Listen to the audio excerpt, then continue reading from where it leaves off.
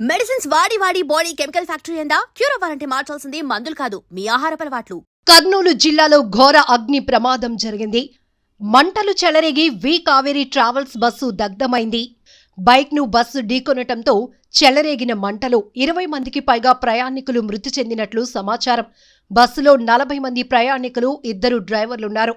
కల్లూరు మండలం చిన్న టేకూరు దగ్గర ఈ ఘటన చోటు చేసుకోగా హైదరాబాద్ నుంచి బెంగళూరు వెళ్తూ ఉండగా ప్రమాదం జరిగింది. క్షతగాత్రులను హుటాహుటిన కర్నూలు ఆసుపత్రికి తరలించారు.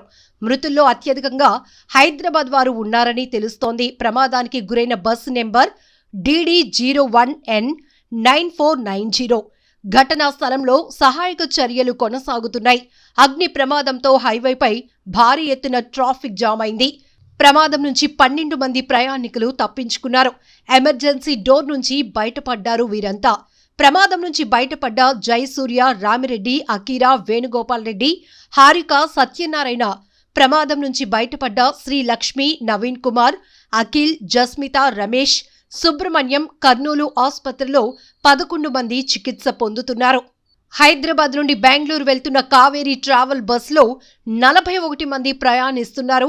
24వ తేదీ తెల్లవారుజామున 3 గంటల 10 నిమిషాల సమయంలో బైక్ను ఢీకొనటంతో బస్సు నుండి ఆయిల్ లీక్ కావటంతో ప్రమాదం జరిగినట్టు తెలుస్తోంది. 21 మంది సురక్షితంగా ఉన్నారు. మిగిలిన 20 మందిలో ఇప్పటికీ 11 మంది మృతదేహాలను గుర్తించారు.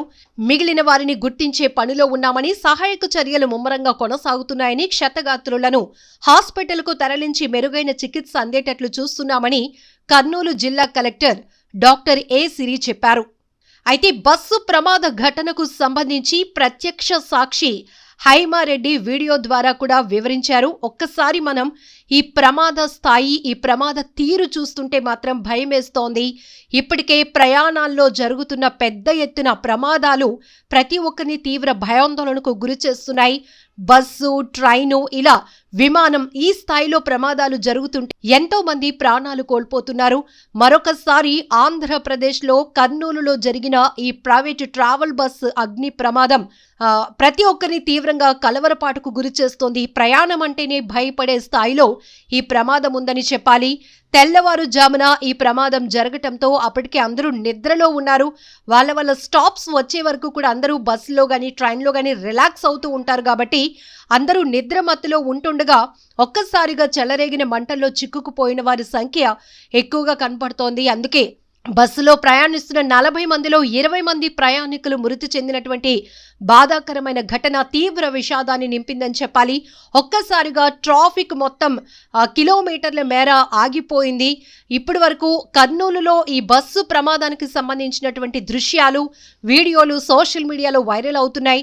ప్రతి ఒక్కరూ ట్రావెల్ బస్సుల పైన ఒక నిర్దిష్టమైనటువంటి అబ్జర్వేషన్ ఉండాలి. ఖచ్చితంగా చాలా వరకు మెయింటెనెన్స్ లేవు, ఇట్లాంటి కంప్లైంట్స్ కూడా వస్తున్నాయి. అల్టిమేట్గా ఏ ప్రమాదం జరిగినా అమాయకులైన ప్రజల ప్రాణాలు పోగొట్టుకోవటం అనేది దురదృష్టకరమైన సంఘటనగా చెప్పుకోవాలి. అయితే దీనిపైన పూర్తి స్థాయి విచారణ కూడా కొనసాగుతోంది. ఒక బైక్ను ఢీకొన్న తర్వాత బస్సు నుంచి ఆయిల్ లీక్ కావటం, ప్రమాదానికి కారణం అవటం అనేది ప్రతి ఒక్కరిని తీవ్ర దిగ్భ్రాంతికి గురి చేస్తోంది. ఇంకా క్షతగాత్రులు అయితే మెరుగైన ట్రీట్మెంట్ అందించేందుకు హాస్పిటల్లో అన్ని ఏర్పాట్లు కూడా చేస్తున్నారు. మరొక వైపు ఇంకా ఇందులో చిక్కుకున్న వారు ఎవరు, పూర్తి వివరాలు తెలుసుకునే ప్రయత్నంలో కూడా అధికారులు ఉన్నారు. ముమ్మరమైనటువంటి సహాయక చర్యలు కొనసాగటం వల్ల కొంతమంది అయినా బయటపడినటువంటి అంశం. మరొక వైపు ఎమర్జెన్సీ ఎగ్జిట్ డోర్ నుంచి కొంతమంది చాలా తెలివిగా ఆలోచించి తప్పించుకోవటంతో ఇంకా మృతుల సంఖ్య తగ్గింది అని కూడా చెప్పుకోవాలి.